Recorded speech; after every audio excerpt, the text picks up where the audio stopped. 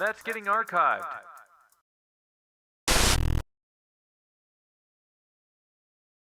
Oh yes, Holiday Inn, Ruskin, Florida. This is where I stayed when I visited the area in March of 23. I picked this hotel in Ruskin, of all places, because it happened to be where the cheapest Holiday Inn was in the area.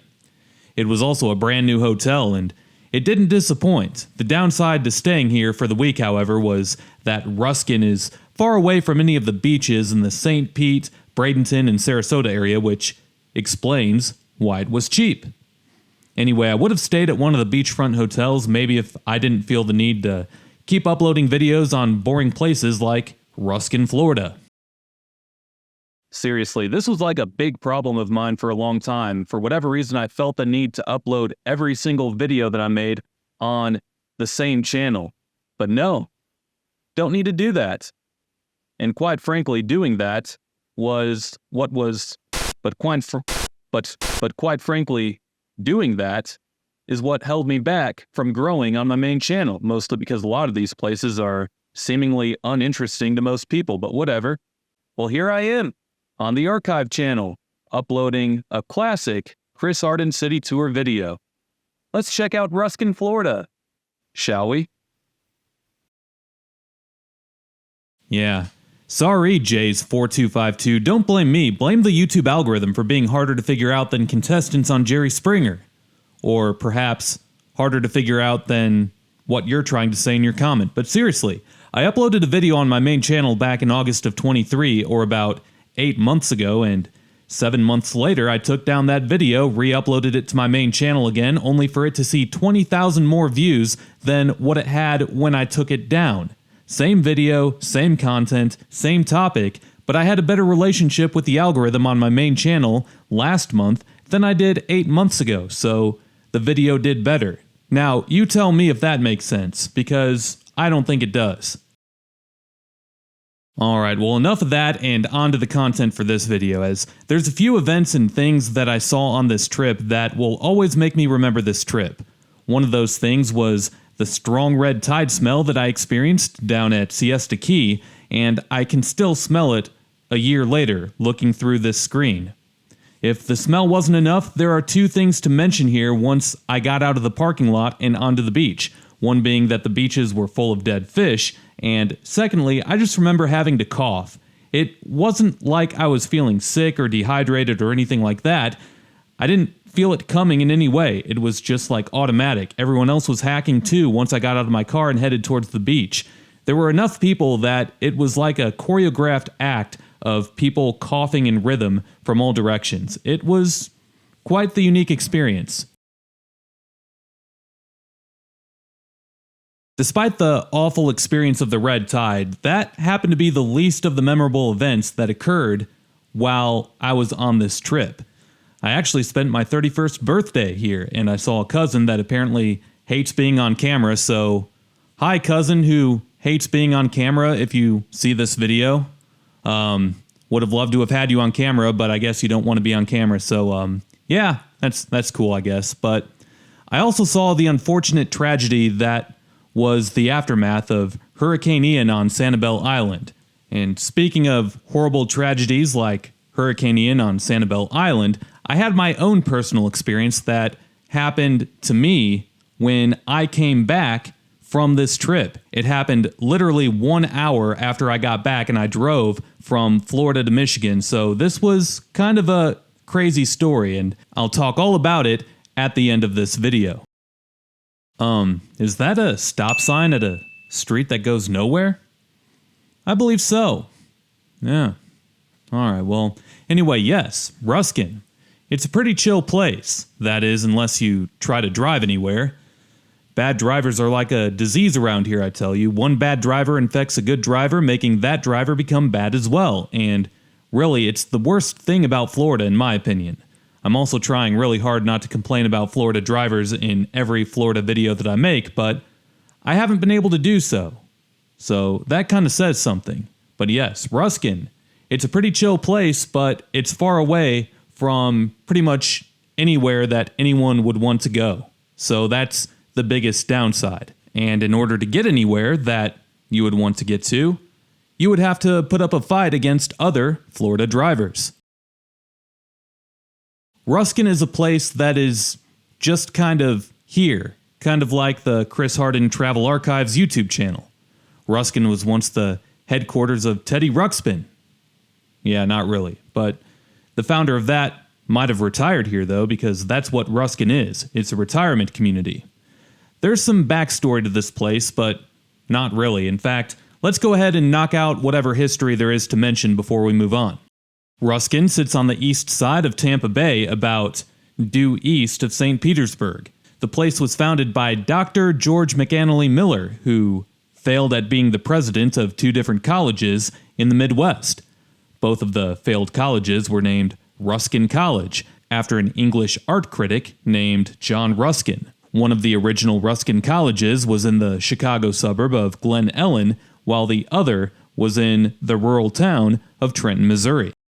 Dr. Miller liked the area of present-day Ruskin because at the time, there was a lot of open land, and the area was pretty isolated, unlike today, so the climate allowed for year-round agricultural production as well, and that's what drew Dr. Miller to the area. In 1906, Dr. Miller moved his family down to the area after he and his brothers purchased some land. The community was drawn out on March 9, 1910, with only white people being allowed to own any of the land. The new Ruskin College opened during the same year, and the buildings in town were made of timber.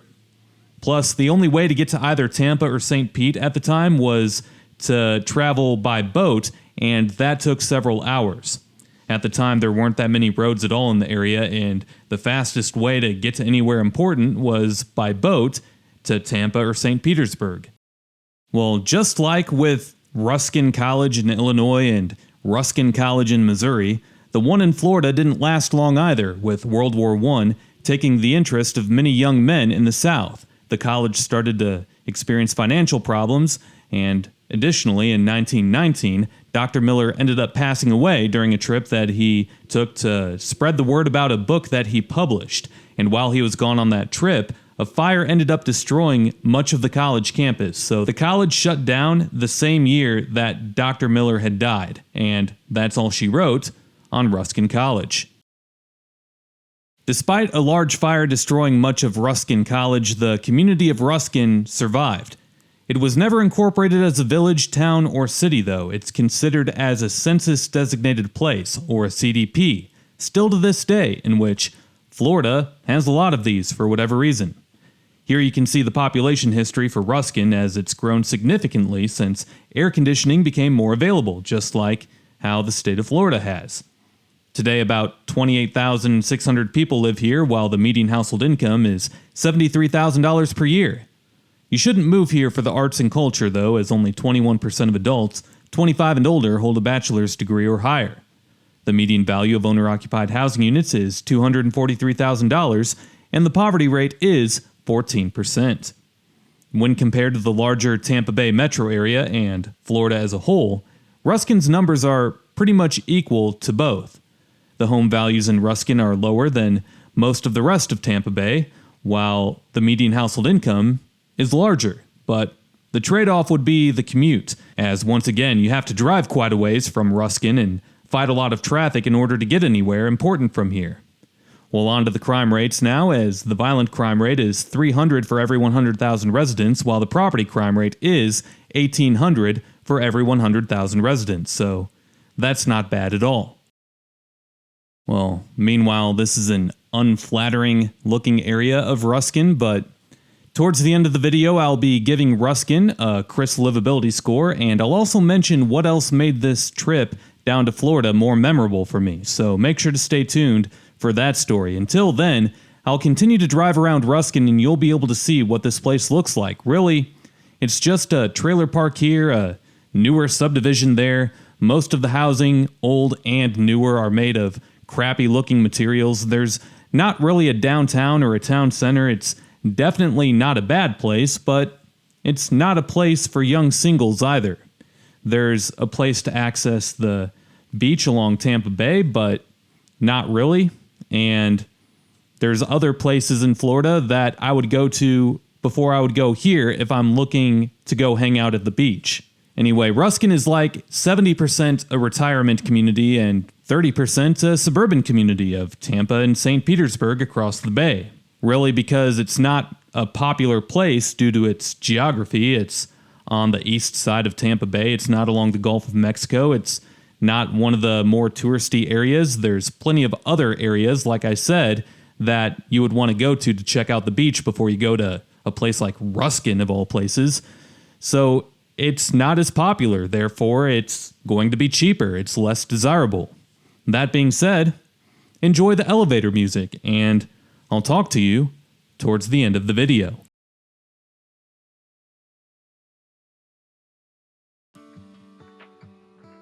Oh, and before I play the elevator music, speaking of elevator music, one thing that I forgot to mention was that Ruskin is where Nick Carter grew up. Nick Carter is one of the members of the Backstreet Boys.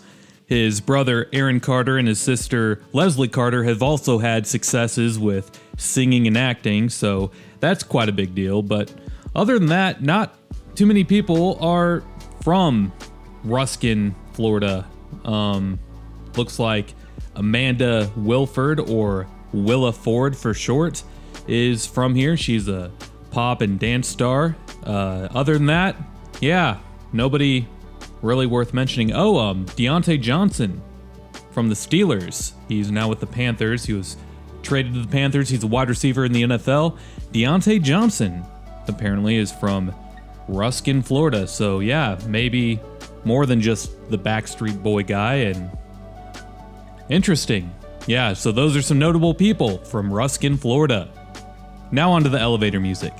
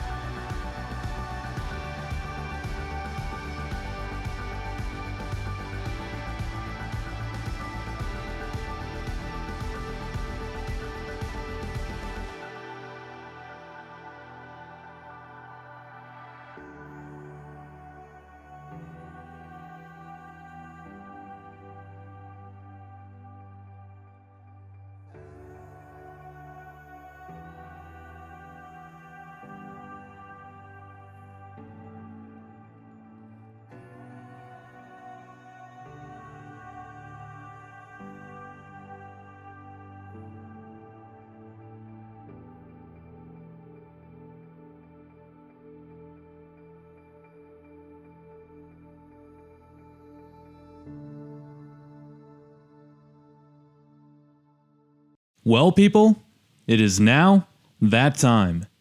In Florida, you can't always trust home insurance companies, just like how you can't always trust car insurance companies, but you can always trust Chris's livability score.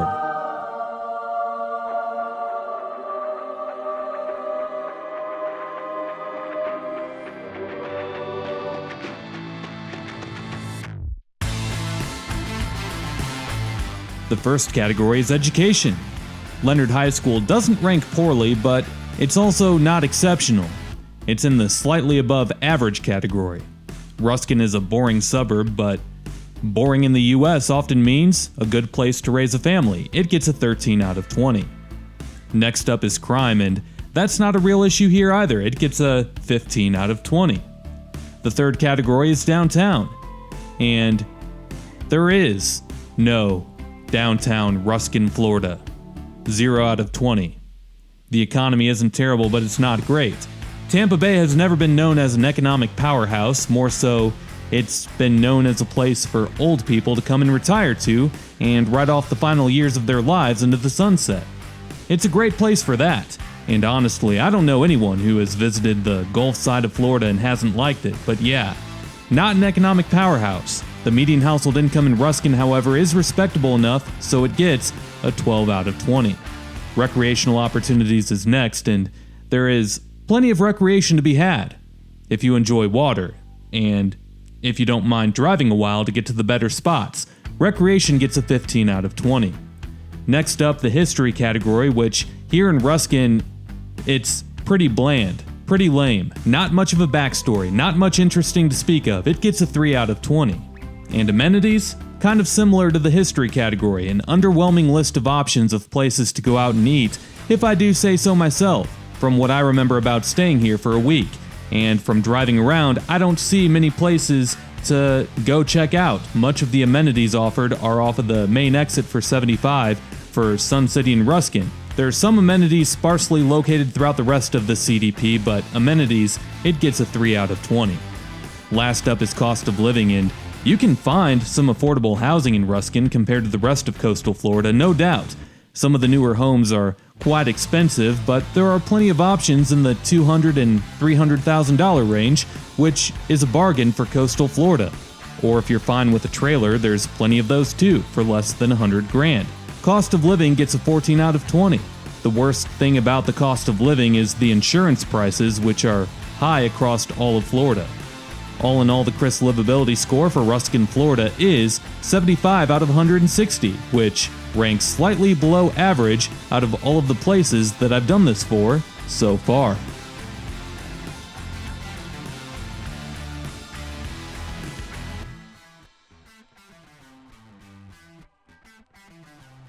Alright, so for what made this trip really memorable for me. Alright, so we drive back from Florida after staying down here for a week. It's, snowbird season. It's cold up where I live in Michigan. It's really warm down here. It was supposed to be just a week of getting away and, being in some warm weather. Getting out of the cold weather, the doom and gloom of the Midwest winter. Well, I drive all the way back. We didn't fly because plane tickets around this time and still to this day are kind of ridiculous. And drive down, we drive back. We get back home at about 5 in the morning. 1 hour after we get back, it's still pitch black and everything. There's a fire in the complex that I live in. It's a condo complex. It kind of looks like an apartment complex, but yeah, there's a fire and half of the building burned down. The half that I lived in stayed intact, so none of my stuff burned. That was great. Felt really bad for a lot of my neighbors, and it ended up displacing us for over a year. I'm still displaced to the day that I'm uploading this video. The fire happened in March of 23. It is now May of 24. I am still displaced. However, we are expected to move back in soon, but it's been one heck of a year. A lot of things that I've learned during this past year. It's been a learning experience. It's been stressful, but it could have been a lot worse.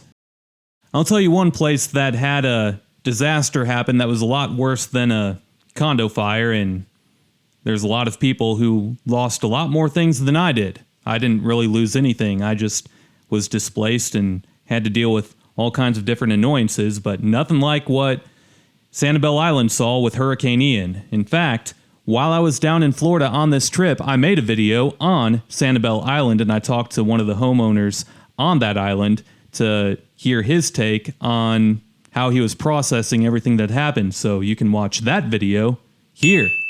Peace.